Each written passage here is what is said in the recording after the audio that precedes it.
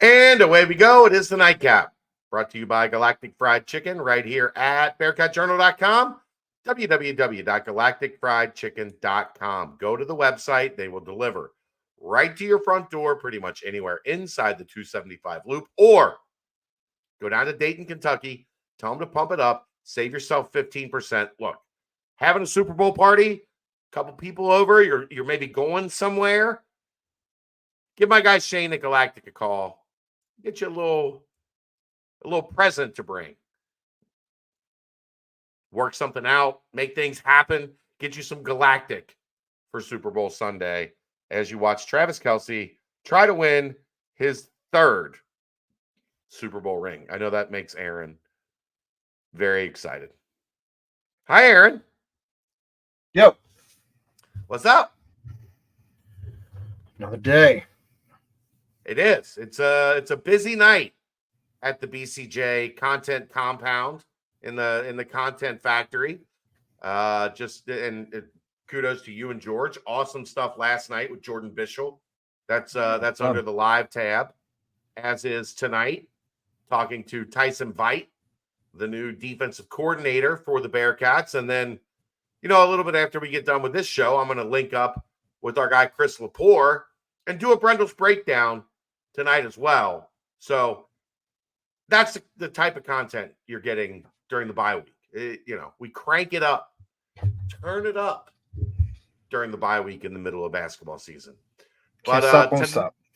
Can't stop. Don't know how to stop. Don't have time to stop. Let's put Aaron in the driver's seat. We kind of talked about this. We touched on this to start last night. Teased it.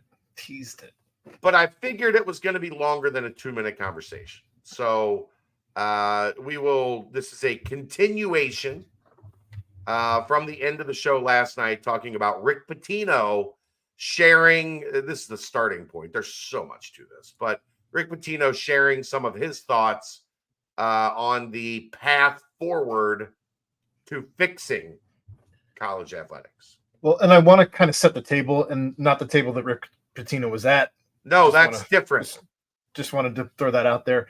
But the NCAA is, of course, getting sued again. Shocker to everyone, I'm sure. But they are being sued by Tennessee and several states at this point for NIL, because it's what we do. We sue the NCAA. I'm not sure what happened to you. You've frozen. But Rick Pitino did tweet out, okay, we all want solutions to preserve our great game. Today I'm going to suggest solution 1 for basketball. Have the Power 5 and Big East conference commissioners get together. There we go. Get together and create a salary cap between 1.5 and 2 million. All contracts delivered to the league and school offices. All other conferences establish their own salary cap. I would never exclude anyone from the NCAA tournament. Obviously, football is a different sport entirely, and some of their talent makes more than NFL players. More solutions to follow in the coming days. And then he followed that up with solution 2. Remember, this is only food for thought. All possible solutions. Do away with letters of intent. Make athletes sign a 2-year binding contract, no different than professional athletes, which they are. With that, the collective puts together their NIL contract based on the cap. Obviously, a lot has to go into this. I believe the NCAA should be taken out of the equation and commissioners put into it, as the NCAA loses more cases than the defense lawyers on Law and Order. Funny to see him make a joke. It's actually pretty funny, but at the expense of the NCAA. I mean, sure. So I think he's trending in a generally positive direction. The problem is, ultimately, there can't be collective bargaining on something like a salary cap without a union, without two sides. I think he's onto something in terms of the conference stuff, because I think each conference would be a lot easier to set that up within each conference than it would be to establish something at this point nationally. Do I think the national thing needs to happen? Yeah. But I wouldn't be shocked if like the conference stuff is an early compromise.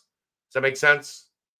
I like where his head's at with the Power Five and Big East being one subsidy and then the rest being a different. Like you couldn't necessarily do, to your point, the same for Division One, Division Two, and Division Three. All three being not anywhere near the same thing.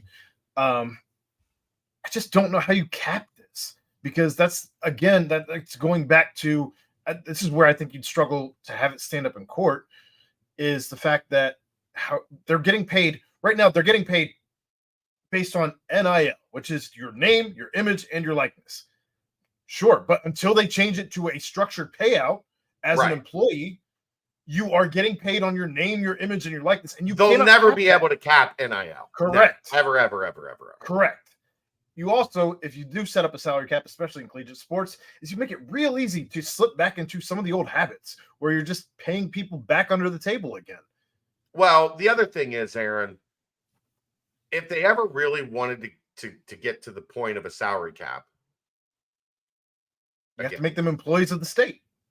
So you have to make them employees, but then you do the thing that I don't think anybody in that world wants. Because guess what, Aaron? If you look at the pro leagues, which is what this would become, if we move to that, the revenue share is roughly 50%. Well, in the NBA, yes. Not across the board in all pro sports. It's up near 50% in the salary cap leagues. The NFL, the players get about half, the owners get about half. NBA, the players get about half, the owners get about half. The quabbling is right in the middle of 50%. Baseball's nowhere near that. There's no salary cap. Right. So that's the reason baseball is an outlier. So if you're going to introduce a salary cap, do you really want to think that the people in charge are going to open it up to collective bargaining at or near 50% of the revenue goes to the athletes? Well, you're gonna have an issue taking 10% from the universities without them kicking and screaming the whole way. Look at what's already happened. Well, they have subsidized paying the players onto the backs of the fans. That's what I was going to get to. That's what I was going to get to is the fact that if you look at it from the booster point of view, I'm being hit for buildings. I'm being hit for donations to pay coaches. I'm being hit for upgrades to everything, not just sports facilities, but also just the hospital and just different things across campus. Tickets. And now, tickets astronomical. And money to even be able, you have to pay money to a be donation able to buy the tickets. A donation included to pay for tickets, correct. And now you want me to pay NIL. We have to pay the players too, but what am I getting out of this other than you're wringing my pockets as if I'm part of like a secret society with no benefits. You're wringing my pockets when we are banking 30, 40, 50, 70, 80, 90, $100 million a year just to be on TV. It's a shakedown. It's a shakedown of the boosters. This whole thing is a shakedown just so the universities aren't paying for anything. Right. Well, we're not making enough money to possibly pay for anything. Meanwhile, Ohio State is talked about as a $1 billion industry. Right. The football program alone, not all of the sports program, but the football program alone. It's $1 billion industry. How much money did Arizona just lose when they ran their budget? And yeah. Do you know how bad at management you have to be? I think it was like $20 million. Money? It was like $20 million or something. You just lost $20 million. What do you mean? It's like the U.S. government out here. What do you mean you just lost $3 trillion? We don't talk any of that, Aaron. Knock it off. That's not politics. That's bam. Just a fact. Oh, the U.S. government is not politics? No. I didn't take a single side. I They didn't take a single side there. Look, the joke of saying U.S. government followed by the sentence "I'm not talking politics" is funny. In any case, I don't understand where they expect this money to come from. I don't understand. The money is in the vault, in the basement. Which they love to talk. They love to talk about how much money is in that vault, right? But they don't love to touch that money. They're just, So that's the other ruse that I've. It's Scrooge McDuck over here, just swimming in his coins. No, it's not. Like, that's the hilarious part about all this, Aaron. And we saw it with COVID, because they have gotten to a point where their state records for most of these schools, like their state records, so they have to show that their athletic department either operates right at zero or in the red. Their line item has to show that. Wait. So they frivolously blow through all of this money. So because what would happen, Aaron, is if they were putting money in the coin silo like Scrooge McDuck, then the players would the athletes would have a case of they're not even spending all the money that they're making. We should get some of that. I wasn't talking about the athletic department. I was talking about the university as a whole. But I'm just talking about like what happens with these schools. There are schools that are making $90 million a year, and their plus minus sheet says they're losing money. They're making $90 million a year on TV, then apparel, and then tickets. You got a good enough accountant. You can make anything look red. Right. But that's my point. That's what they've done for the last 25, 30 years is, oh no, we can't possibly look at our bottom line. We lost $100,000 last year. We couldn't possibly pay the players a fair wage because we're already losing money. And then the pandemic hit, and we saw that it was true because they all lost their asses because they've never saved a penny, because if they saved a penny, the players would have wanted it. Rightfully so. Right. All of these departments are built on the players' backs. They are nothing without the players. There's literally nothing without the players. Right. So, but they know. They're not stupid. These are technically smart people. Smart people. And of course, your programs at the top are never going to win anything like this. Like your blue bloods, because that puts them closer to the level of everybody else that they're above right now, right? Yeah, they don't want anything remotely close to a salary cap. Oh, hell no. Why would you? Right. Not to mention, if you have to make them a salaried employee, and all of that's open to the public now with a public you have access now to public records and can know how much these players are making. Right. They don't want any of that either, because then if the players are smart, or at that point you'd have to have an agent. So they have agents looking at it and they're like, no, we're out. We're done here. So I do like the idea of like 2 years. A contract, yeah. It's a 2-year contract. Like, instead of a letter of intent, you're signing a 2-year contract. This is the minimum that you're going to make from the collective or whatever the hell next. Something's next. How much stress would that take off of coaches and their recruiting departments? Right. And you're not having to ongoing recruit your own players along with recruiting incoming freshmen, along with incoming. But you would just instead be like, your junior class then would become, or your redshirt sophomore class.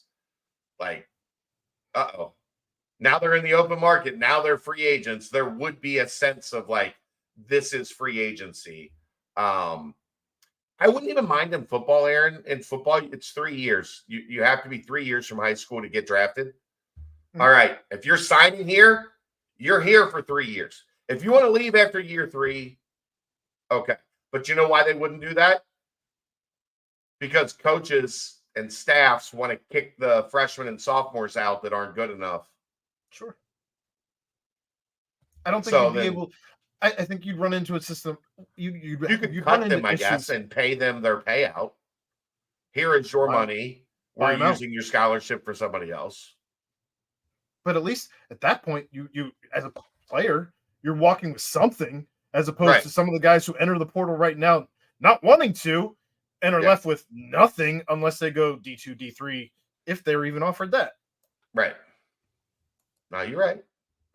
It's the whole thing is fascinating. Again, It's everything needs to be blown up. correct. They need to start over. They're so behind in times right now because they've been unwilling to move to any type of progressive movement at all. Right. And they could have been so far ahead of the curve, but they didn't want to give up the money. It's what it all comes down to. They've been kicking and screaming the entire time until they got their asses handed to them on a silver platter by every judge who's tried them in every trial. You mean greed is going to take something down? It's crazy, I know. I mean, the Romans have been talking about it for years. That's the nightcap. Thanks, everybody, for tuning in. We'll see you next time. Thanks to Galactic Fried Chicken right here on BearcatJournal.com. See ya!